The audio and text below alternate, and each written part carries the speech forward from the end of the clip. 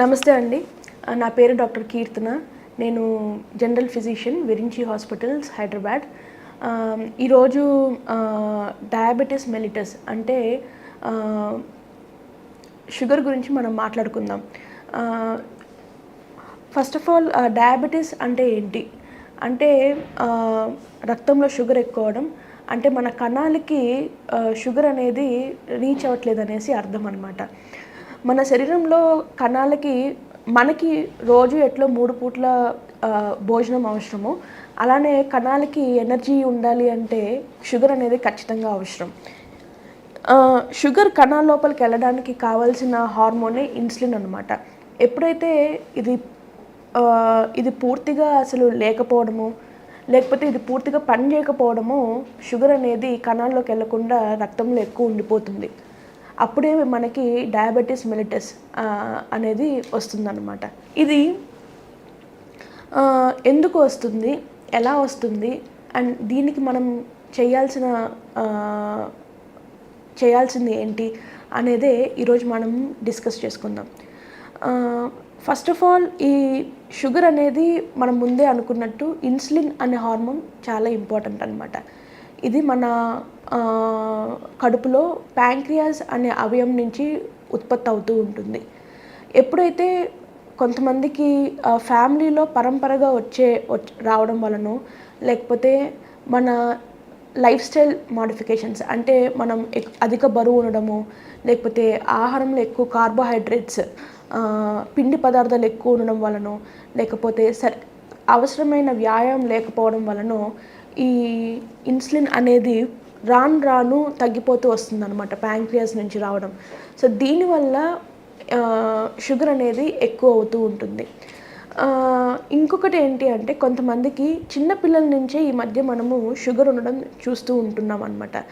ఇది వాళ్ళలో ఫ్యామిలీలో చాలా ముందు తరాల్లో ఉండడం వలన, లేకపోతే వీళ్ళకి జెనెటిక్ డిసీజ్ లాగా వాళ్ళకి ఏదైనా జీన్స్లో ప్రాబ్లం ఉన్నప్పుడు పూర్తిగా ఇన్సులిన్ అనేది ఉత్పత్తి కాకుండా ఉండడం వల్ల చిన్న వయసు నుంచే వీళ్ళకి షుగర్ అనేది వస్తూ ఉంటుంది.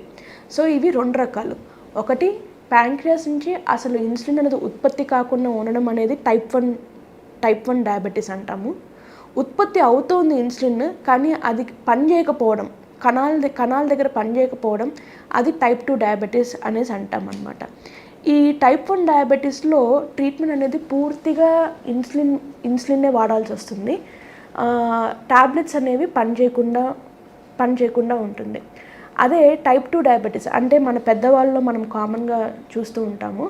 ఇది ముందు టాబ్లెట్స్తో మనం స్టార్ట్ చేసుకుంటూ ఉంటాము, తర్వాత మెల్లిగా ఇన్సులిన్ వరకు కూడా వెళ్తూ ఉంటాం. అయితే ఫస్ట్ మనము ఏబిసి ఆఫ్ డయాబెటీస్ అనేది చూసుకుందాం. సో ఏ అంటే ఏంటంటే మన HbA1c, అంటే 3 నెలలకి యావరేజ్గా మనం తీసుకునే షుగర్ యొక్క పరీక్ష. ఇది నార్మల్గా 6.4 లోపలే ఉండాలి, అంటే 5.7 నుంచి 6.4 మధ్యలోనే ఉండాలి. ఎప్పుడైతే అది 6.5 కంటే ఎక్కువ ఉంటుందో అప్పుడు మనకి షుగర్ ఉన్నట్టు. ఇది చాలా కామన్గా మనం చేసే టెస్ట్ అనమాట. మన ఎటువంటి చిన్న ల్యాబ్లో అయినా సరే మనం ఇది చేసుకోవచ్చు. సో ముందు మనం షుగర్ని కంట్రోల్లో పెట్టుకోవాలి. దాంతోపాటే షుగర్కి కావాల్సిన టెస్ట్లు ఇంకోటి ఏంటంటే fasting blood sugar and post prandial blood sugar అంటాం. అంటే తినకముందు, తినిన తర్వాత చేయాల్సిన బ్లడ్ టెస్ట్. 30-35 ఏళ్ళ తర్వాత, లేకపోతే ఇంట్లో పెద్దవాళ్ళకి షుగర్ ఉంది, సో మనం షుగర్ టెస్ట్ చేయించుకోవాలి అనుకున్నప్పుడు, లేకపోతే ఎక్కువ దాహం వేసినా, ఎక్కువ ఆకలి వేసినా, ఎక్కువ యూరిన్కి వెళ్తున్నా, శరీరం బాగా నీరసపడిపోతున్నట్లు అనిపించినా మనము ఈ షుగర్ టెస్ట్ అనేది ఖచ్చితంగా చేసుకోవాలి. సో మనం అనుకున్నట్టు fasting blood sugar, post prandial blood sugar, తర్వాత HbA1c, అంటే 3 నెలలకి యావరేజ్గా తీసుకునే బ్లడ్ యొక్క టెస్ట్ అనమాట. ఈ 3 చేసుకుంటే సరిపోతుంది. సో ఇది ఏబిసిలో ఏ పార్ట్. బి ఏంటంటే బ్లడ్ ప్రెషర్. ఎప్పుడైతే షుగర్ మన కంట్రోల్లో ఉండకుండా ఉంటుందో అప్పుడు బ్లడ్ ప్రెషర్ కూడా ఎక్కువ అవ్వడానికి ఛాన్స్ ఉంటుంది. సో షుగర్ పేషెంట్లు అందరూ కూడా మీ బ్లడ్ ప్రెషర్ని కరెక్ట్గా చెక్ చేసుకోవడం అనేది చాలా ఇంపార్టెంట్. తర్వాత సి అంటే cholesterol levels. So cholesterol levels కూడా అధికంగా ఉండడం అనేది గమనార్హం. సో అందుకు మీరు మీ కొలెస్ట్రాల్ టెస్ట్ కూడా, షుగర్ టెస్ట్తో పాటు కొలెస్ట్రాల్ కూడా చెక్ చేసుకోవడం చాలా ఇంపార్టెంట్. సో ఇప్పుడు మనము ఏబిసి ఆఫ్ షుగర్ అనేది ఇందుకే చాలా ఇంపార్టెంట్ అని కూడా అంటూ ఉంటారు. తర్వాత షుగర్ వ్యాధి ఉన్నప్పుడు డైట్ ఎలా ఫాలో అవుతాం? దీన్ని మనము కార్బ్ కౌంటింగ్ అంటాం అనమాట. అంటే పిండి పదార్థాలు, అంటే ఎక్కువగా పిండి పదార్థాలు అంటే మన గ్రెయిన్స్లో ఉండడం, అంటే రైస్, ఓట్స్ ఇట్లాంటి వాటిల్లో కార్బోహైడ్రేట్స్ అనేవి ఎక్కువ ఉంటాయి. మీరు తినే ఆహారంలో ఖచ్చితంగా దీన్ని కౌంట్ చేసుకుంటూ ఉండాలి. అంటే ఎన్ని గ్రాములు ఉన్నాయి, దీనివల్ల ఎన్ని క్యాలరీస్ వస్తున్నాయి, మనం ఎంత ఖర్చు పెడుతున్నాం, ఇది మనకి చాలా ఇంపార్టెంట్. ఎక్కువ కార్బోహైడ్రేట్స్ తింటూ ఉన్నప్పుడు ఎక్కువ ఇన్సులిన్ అనేది అవసరం అవుతుంది. అంటే మీ ట్యాబ్లెట్స్ యొక్క డోస్ ఎక్కువ ఉండొచ్చు, లేదా ఇన్సులిన్ డోస్ కూడా ఎక్కువ అవుతూ ఉండొచ్చు. సో దీన్ని మనం కంట్రోల్లో పెట్టుకోవాలి. ఇంకోటి ప్లేట్ మెథడ్ అంటాం. ప్లేట్ మెథడ్ అంటే సుమారు ఒక 23 సెంటీమీటర్స్ ప్లేట్ అనేది తీసుకున్నప్పుడు సగం ప్లేట్ కూరగాయలు, పావు వంతు ప్రోటీన్ అంటే పప్పు దినుసులు, తర్వాత నాన్ వెజ్ అంటాం. అంటే సో ప్రోటీన్ అనేది పావు వంతు మాత్రమే మీ కార్బోహైడ్రేట్స్, అంటే రైస్ లేదా చపాతి మీకు వీలున్నది యూస్ చేసుకుంటూ ఉండాలి. సో ఇలా మనము డైట్ని స్ట్రిక్ట్గా కొంచెం ఫాలో అవుతూ ఉండాలి. తర్వాత ఇందులో ఫైబర్ కంటెంట్ అంటే ఆకుకూరలు, తర్వాత ఇండియాలో మనకు కామన్గా దొరికే జామ పండులో కూడా రోజుకి సరిపడా ఫైబర్ ఉంటుంది. సో ఫైబర్ ఎక్కువ తీసుకోవడం వల్ల మన ఆహారం అనేది బ్యాలెన్స్డ్గా ఉంటుందన్నమాట. సో ఇవి చిన్నవి మనం పాటిస్తే సరిపోతుంది. దీంతో పాటు ఎప్పుడైతే మనకి కణాల మీద ఇన్సులిన్ పనిచేయడం లేదు అంటున్నా, అంటే ఏంటంటే కణాల్లోకి ఇన్సులిన్ అనేది వెళ్ళి యాక్ట్ చేయట్లేదు. దీన్ని మనం సులువుగా ఇంప్రూవ్ చేసుకునే పద్ధతి ఏంటి అంటే ఎక్సర్సైజ్ చేసుకోవడం. వారానికి 5 గంటలు, అంటే రోజుకి 30 నుంచి 40 నిమిషాల పాటు ఎక్సర్సైజ్ చేసుకున్న ఇన్సులిన్ యొక్క ప్రభావం కణాల మీద బాగా పనిచేస్తుంది అన్నది సైన్స్లో ప్రూవ్ చేయబడింది. కాబట్టి ఫస్ట్ లైన్ ఆఫ్ ట్రీట్మెంట్ మనం చెప్పుకోవడం ఏంటంటే ఎక్సర్సైజ్ చేసుకోవడమే.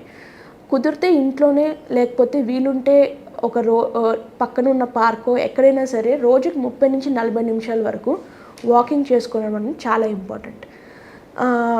ఇది షుగర్కి సంబంధించిన బేసిక్ నీడ్స్. తర్వాత బేసిక్గా ఏ పేషెంట్ అయినా చేయాల్సినవి.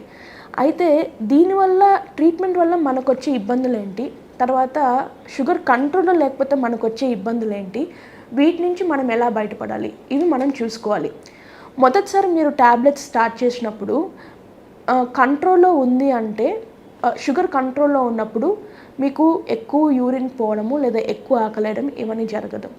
ఎప్పుడైతే షుగరు చాలా ఎక్కువ తగ్గిపోతుంది ట్యాబ్లెట్స్ యూస్ చేస్తున్నప్పుడు, అది ఎలా గమనించాలి అంటే ఎక్కువ కళ్ళు తిరగడం, లేదా కళ్ళు తిరగకుండా ఎక్కువ చెమటలు పట్టేయడం, తర్వాత ఎక్కువ ఆకలేసేయడం, ట్యాబ్లెట్ వేసుకున్న తర్వాత 2-3 గంటలకల్లా చాలా ఎక్కువ ఆకలేసేయడం, ఇవన్నీ జరుగుతున్నప్పుడు మనం షుగర్ ఏమన్నా మరీ ఎక్కువ తగ్గిందేమో అని చెక్ చేసుకుంటూ ఉండాలి. తర్వాత ఇప్పుడు షుగర్ వల్ల వచ్చే కాంప్లికేషన్స్ అన్నమాట.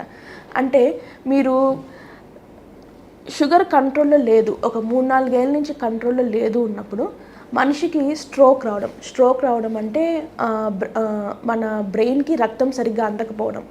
రెండోది హార్ట్ అటాక్స్ రావడం, అంటే హార్ట్కి వెళ్ళే నరాల్లో కొలెస్ట్రాల్ గడ్డలు ఉండి దానివల్ల హార్ట్ బ్లాక్ రావడం. తర్వాత కంటి చూపు తగ్గిపోవడం. షుగర్ ఎక్కువ ఉన్నప్పుడు కంట్లో ఉన్న కంటి చూపు అనేది మెల్లగా తగ్గుతూ వస్తుంది. దాన్ని రెటినోపతి అంటాం అన్నమాట. తర్వాత కిడ్నీలు పాడైపోవడం. సో ఆ తర్వాత నరాలు పాడైపోవడం అంటే కాళ్ళు చేతులు తిమ్మిర్లు ఎక్కడం, సూదులు గుచ్చుకుంటూ ఉండడము, స్పర్శ తెలియకపోవడము, ఇవన్నీ కూడా కాంప్లికేషన్స్ అన్నమాట. అయితే వీటిని ఎట్లా మనం తగ్గించుకుంటూ రావచ్చు? ఫస్ట్, ఎప్పుడైతే మీరు ప్రతిసారి టెస్ట్కి అనేది వెళ్తూ ఉంటారో అప్పుడు కంటి చెకప్ ఖచ్చితంగా చేయించుకోండి. దాన్ని ఫండస్ ఎగ్జామినేషన్ అంటారు. డయాబెటిక్ రెటినోపతికి ఖచ్చితంగా కంటి టెస్ట్ చేసుకోవడం చాలా ఇంపార్టెంట్. రెండోది ఏంటంటే కిడ్నీకి టెస్ట్, అంటే చిన్న యూరిన్ టెస్ట్ చేసుకోవడంలో మనకి తెలిసిపోతుంది ఎంత ఎఫెక్ట్ ఉందో. So kidney test, urine test అనేది ఖచ్చితంగా చేసుకోవాలి. తర్వాత ఈ కాళ్ళకి ఎప్పుడైతే మీకు సూదులు గుచ్చుకున్నట్టు ఉండడమో, లేకపోతే తిమ్మిర్లు ఎక్కడమో, లేకపోతే స్పర్శ తెలియకుండా ఉండడమో, వెంటనే నరాల డాక్టర్ అంటే న్యూరాలజిస్ట్ దగ్గరికి వెళ్ళి ఖచ్చితంగా స్పర్శ ఎంతవరకు తగ్గింది అనేది చెక్ చేసుకోవాలి.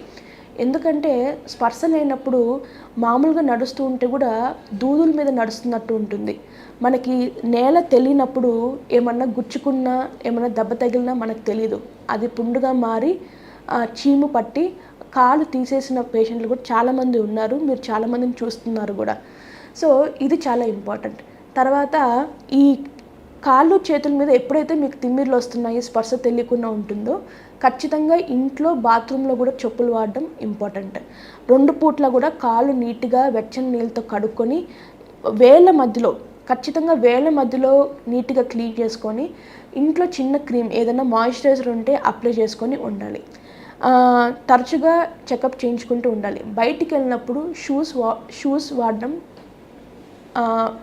ఖచ్చితంగా మేలు చేస్తుంది. ఇవి ఇంపార్టెంట్. తర్వాత దీని తర్వాత మనము ఖచ్చితంగా స్క్రీనింగ్ అంటాం. అంటే ప్రతి 6 నెలలకు ఒకసారి ఈ కొలెస్ట్రాల్, షుగర్, తర్వాత కళ్ళు, తర్వాత కిడ్నీ, తర్వాత నరాలు, ఈ 5 టెస్టులు ఖచ్చితంగా చేసుకుంటూ ఉండాలి. సో ఇవి ప్రతి డయాబెటీస్ పేషెంట్స్, షుగర్ వ్యాధి ఉన్న వాళ్ళు ఖచ్చితంగా తీసుకోవాల్సిన కామన్ ప్రికాషన్స్. ధన్యవాదాలు.